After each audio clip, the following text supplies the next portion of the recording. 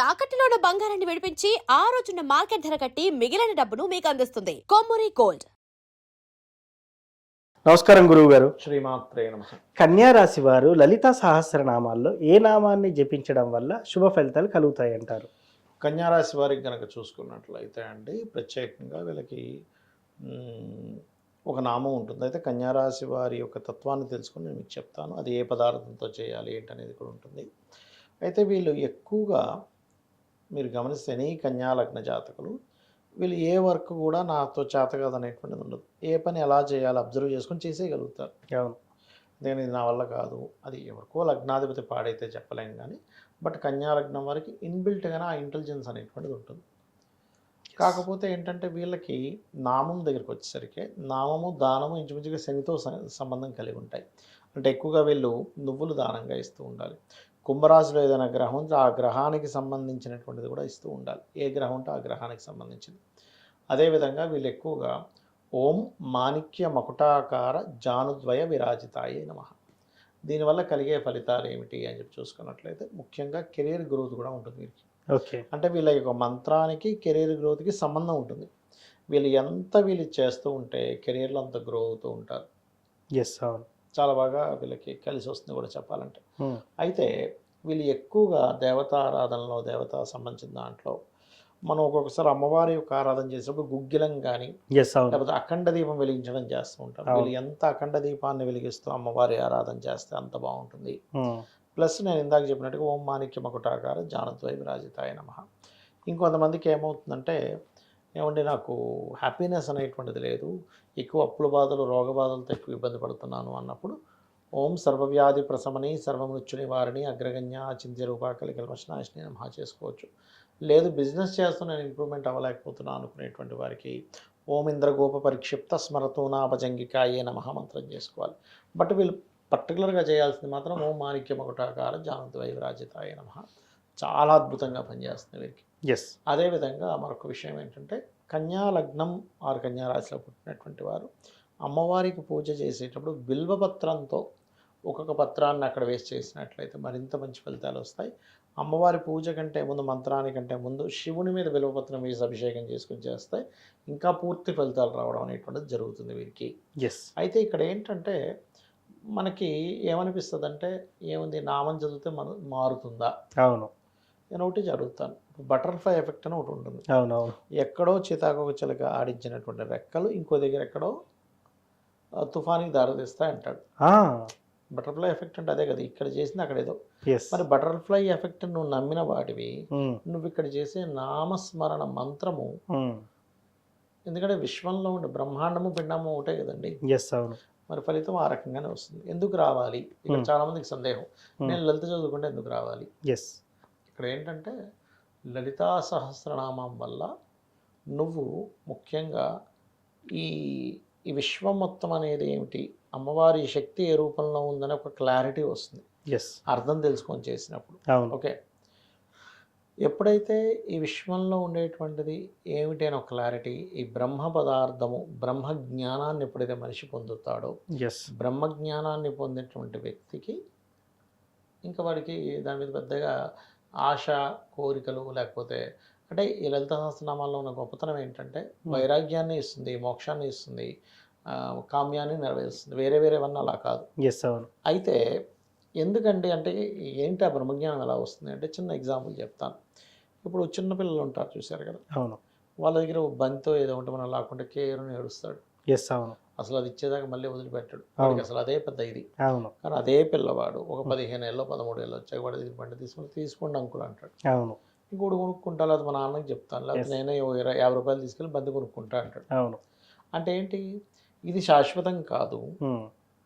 అవును. ఈ ఒక్క బంతే శాశ్వతం కాదు, ఇలాంటి బోల్డ్ని కొనుక్కోవచ్చు. ఎస్, అవును. అనేటువంటిది ఏదైతే ఉందో వీళ్ళకి రావడం జరుగుతుంది.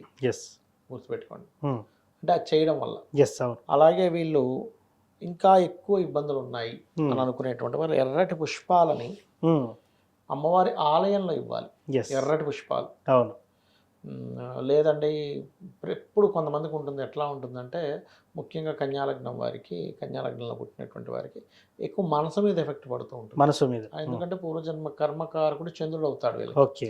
సో ఎప్పుడైతే పూర్వజన్మ కర్మకారకుడు చంద్రుడు అయ్యాడో, చంద్రుడు మనసుకు కారకుడు కాబట్టి మనసు మీద ఎఫెక్ట్ పడుతూ ఉంటుంది. కాబట్టి వీళ్ళు శివాలయంలో శివపార్వతులు కలిసి ఉన్నటువంటి ఆలయాల్లో పాలన నైవేద్యంగా ఇవ్వడం, లేదా తెల్లటి పుష్పాలని, పాలని అక్కడ అభిషేకం కోసం వాడుకోమని ఇవ్వడం, తెల్లటి పుష్పాలను ఇవ్వడం, ఇవి గనక చేస్తున్నట్లయితే వీళ్ళ మనసు మీద పడుతున్నటువంటి ఎఫెక్ట్ అనేటువంటిది పూర్తిగా తగ్గిపోతుంది. ఎస్ సార్, ఏది ఏమైనప్పటికీ కూడా ఖచ్చితంగా అందరికీ వ్యక్తిగత జాతకం ఇంపార్టెంట్. వ్యక్తిగత జాతకం ఆధారంగానే ఈ రాశి ఫలాలు కానివ్వండి. జాతకం లేని వారు కూడా ఏం చేసుకోవాలంటారు? చాలామందికి జాతకాలు ఉండవు. కొంతమంది పూర్వం కొంతమంది రాస్తారు, కొంతమంది రాయరు. సో అలాంటి వారు మరి వాళ్ళ ఐడెంటిటీని కలుపుకోవడం ఎలా, అంటే వాళ్ళ వ్యక్తిగత జాతకం కనుక్కోవడం ఎలా అంటారు? అంటే ఒకటండి, వ్యక్తిగత జాతకం అనేటువంటిది వాళ్ళు పుట్టినటువంటి డేటు, టైము, ప్లేస్ని బట్టి తెలుసుకోవాలి ఒకటి. రెండవది ఏంటి అంటే, ఈ అసలు జాతకమే లేదు కానీ లలితా సహస్రనామాల్లో ఏం చేసుకోవాలంటే ఒక్కొక్క దానికి ఒక్కొక్క నామం ఉంది ప్రత్యేకంగా. ఇప్పుడు చూడండి, ఎవరికైనా సరే కెరియర్లో సెట్ అవ్వాలి బాగా, అలాంటి వాళ్ళు ఓం మాణిక్యం ఒకటాకార జానద్వయ విరాజితాయ నమః చేసుకోవచ్చు.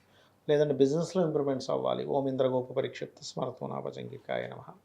ఈ ఇంద్రగోప పరిక్షిప్త నామం ఏదైతే ఉందో వాళ్ళ లైఫ్లో, అంటే వాళ్ళ జాతకంలో 11th హౌస్ పాడైంది అనుకోండి, ఇది చేసుకోవడం ద్వారా హ్యాపీనెస్ అనేది పెరుగుతుంది, సక్సెస్ రేట్ అనేటువంటిది పెరుగుతుంది. అది అదేవిధంగా మరొక విషయం ఏంటంటే, ఒక్కొక్కసారి కొంతమందికి అనారోగ్యంతో బాధపడుతుంటారు చిన్నప్పటి నుంచి కూడా.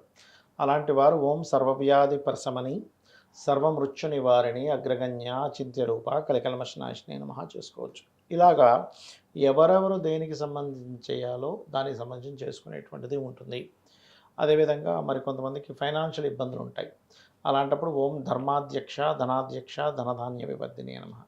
అంటే ఇక్కడ ఏంటంటే వ్యక్తిగత జాతకంలో కనుక 2వ భావం పాడైంది అంటే ఫైనాన్షియల్ హౌస్ పాడైంది, అప్పుడు ఈ ధర్మాధ్యక్ష కానీ లేకపోతే ఓం సంపత్కరి సమారూఢ సింధుర ప్రజ సేవితాయ నమః కానీ చేయొచ్చు. ఇలా ఏంటంటే ఒకటి, ఇక్కడ చాలామంది ఇప్పుడు మీరు అడిగినట్టు కొంతమంది ఎట్లా అడుగుతారంటే, ఏమంటే నేను ఎప్పుడు పూజలు చేయను కానీ ఇప్పుడు నాకు కష్టం వచ్చింది కాబట్టి దేవతను వెళ్ళి అడిగితే నేను స్వార్థం కోసం అడిగినట్టు ఉంటుందేమో అనుకునే వాళ్ళు చాలామంది ఉన్నారు. ఎస్, అవును. నేనేమంటానంటే, ఒక తల్లికి బిడ్డలు ఉన్నారు, 4 బిడ్డలు ఉన్నారు. ఒకవాడు తల్లితో పెద్దగా కనెక్టివిటీలో లేడు, మిగతా 3 బాగానే ఉంటారు. కానీ వీడికి ఆకలేసింది, ఎవరిని అడగాలి? తల్లినే అడగాలి. తల్లి ఏమైనా నువ్వు సరిగ్గా కమ్యూనికేషన్స్లో లేవు కదా నీకు పెట్టను అంటుందా? అన్నది కదా, అన్నది కదా. అందుకని తల్లిని అడగడంలో తప్పు లేదు. అయితే నువ్వు అడిగేటువంటి దానిలో ధర్మబద్ధమైంది అయి ఉండాలి ఆ కోరిక. పక్కవాడికి పోవాలి, జాబ్ పోవాలి, ఆ జాబ్ నాకు రావాలంటే ధర్మబద్ధం కాదు. అంతే కదా. నేను పడుతున్నటువంటి కష్టానికి నాకు మంచి ఉద్యోగం ఇవ్వు, అది ధర్మబద్ధం. అలాగా చాలామంది ఏంటంటే కొన్ని నేను మొన్న కూడా ఒక జాతకం చెప్పినప్పుడు అతను అదే అంటున్నాడు. ఏమన్నా సార్ నేను ఎప్పుడు చేయను, ఇప్పుడు చేస్తుంది ఏదో దేవుడిని స్వార్థంతో అడిగినట్టు ఉంటుందేమో. అలా అనుకుంటాడా సార్ దేవుడు? అనుకోడు. ఎందుకంటే తల్లి ఎప్పుడైనా అనుకుంటుంది, అనుకోదు. వీడి స్వార్థంతో నన్ను అన్నం పెట్టమని అడుగుతున్నాడు, వీడి స్వార్థంతో నన్ను కూర వండమని అడుగుతున్నాడు అనుకుంటుందా?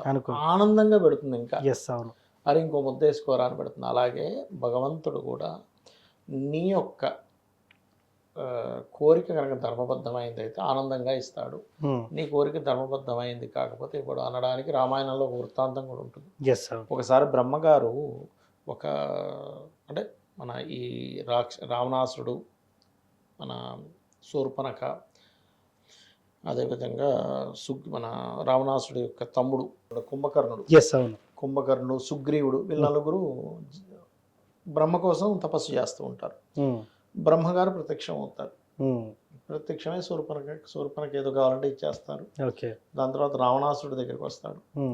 రావణాసురుడి దగ్గరికి వస్తే రావణాసురుడు నాకు పలానా అది కావాలి, ఇది కావాలి, నేను ఎప్పుడు బతికే ఉండాలంటే అది ఇవ్వడం కుదరదు అంటాడు. ఎగ్జంప్షన్ అంటే మనుష్యుల చేతిలోని లేకపోతే వానరుల చేతులు తప్ప మిగతా అన్ని కోరుకుంటాడు. అందుకే నారాయణుడే మనుష్య రూపం దాల్చి చంపేశాడు రాముడి రూపంలో. ఇక సుగ్రీవుడి దగ్గరికి వెళ్ళినప్పుడు సుగ్రీవుడు ఏం చెప్తాడంటే, నేను ఉన్నంతకాలము, జీవించినంతకాలము ధర్మాన్ని నేను తప్పకుండా చూడు స్వామి అని అడుగుతాడు. అప్పుడు బ్రహ్మగారు మెచ్చుకొని చిరంజీవత్వం ఇస్తాడు. ఇక్కడ రావణాసుడు అడిగినా ఇవ్వడు, అలా ఇవ్వకూడదు అంటాడు, కానీ ఇక్కడ ఇస్తాడంటే దాని అర్థం ఏంటి? ధర్మానికి ముడిపడి ఉంటే, నువ్వు ధర్మంతో కనెక్ట్ అయి ఉంటే భగవంతుడు మెచ్చి నీకు ఇస్తాడు. మరలా ఇక్కడ కుంభకర్ణుడి దగ్గరికి వెళ్తుండేసరికి దేవతలందరూ వచ్చి బ్రహ్మను పట్టుకుంటారు. అయినా వాడు ఇప్పటికే మేము చచ్చిపోతున్నాం, వాడి బాడీకి అది, ఉమ్, మీరు మళ్ళీ వరాలు ఇస్తే ఇంక మేము ఇంక భరించలేము, ఏదో ఒకటి చేయండి అంటే నన్ను ఏం చేయమంటారు? జపం చేశాక నేను రావడం, వరాలు ఇవ్వడం నా యొక్క డ్యూటీ, తప్పదు అంటే సరే ఏదో ఒకటి చేయండి అంటే అప్పుడు సరేలే అని సరస్వతీదేవి చెప్తే సరస్వతీదేవి కుంభకర్ణుడి యొక్క ఆలోచనలోకి నాలుక మీదకి వస్తుంది. ఎస్. వచ్చి ఇతను ఏం వరం కావాలంటే ఆవిడ మార్చేస్తుంది. ఎట్లా అంటే నిద్రపోయేలా చేయి, మంచి నిద్రపట్టేలా చేయి స్వామి అని. తదాస్తు అంటాడు. వాడు 24 గంటలు నిద్రపోతుంటాడు. అంతే. సో ఏది కోరుకుంటే అదే అన్నట్టు ఇంకా. అలా ఏంటంటే మనం చేసిన జపానికి, మనం చేసిన పూజకి రుణం ఉంచుకోకూడదు కాబట్టి అమ్మవారు ఇస్తుంది. ఎస్, అవును. దాన్ని మనం తల్లిగా భావించినప్పుడు స్వార్థము అనుకో. మీ భావన తల్లి లేదా తండ్రి అనే భావంతో ఉన్నప్పుడు మీకు స్వార్థం అని అనిపించదు ఫస్ట్. ఎస్.